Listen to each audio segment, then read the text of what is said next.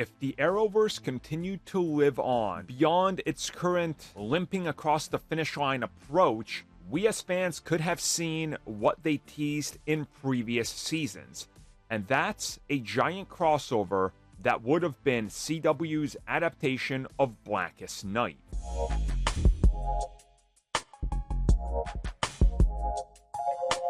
DC's Blackest Night is one of the most, I would say, iconic comic book storylines that DC Comics did, where they took all their characters, tossed them into this entire universe-spanning storyline where some of them became Red Lanterns, Blue Lanterns, all the entire spectrum. And there was, of course, zombies and everything. It was a pretty great story. It's one of the ones that got me back into DC Comics in 2009. And a lot of fans had hopes that at some point we could see this become a actual adaptation in live action. Of course, we almost did get that, as we're going to talk about here, but it looks like we're going to have to wait a little bit more. So what happened is, in an interview with EW, the Flash showrunner talked about how Flash Season 9 would have set up a giant crossover had they had more time and had the shows continued to live on.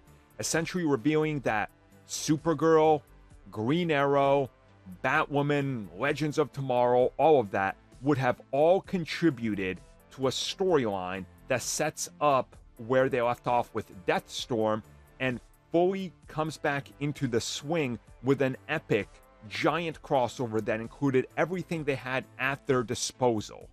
And it looks like that could have even included the likes of Titans, Supergirl, Superman and Lois, and even the Green Lantern TV series that was in development for the CW starring John Diggle, and that this would have been a giant culmination and a giant celebration of everything that they could pull off.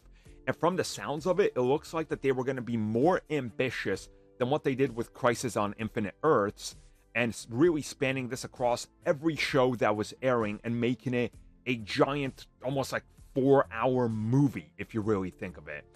And unfortunately, that just has to remain a what-if scenario because, well, the CW DC universe is largely dead at this point, and they never got to this. They were just in the early planning stages and, put the seeds in there in previous episodes and crossovers. So it's disappointing to know what could have happened because, in my opinion, Crisis on Infinite Earths is still DC's biggest live-action achievement ever. I mean, the fact that they were able to pull that off and as good as they did, absolutely impressive. And knowing that Blackest Night almost happened has me a little bummed.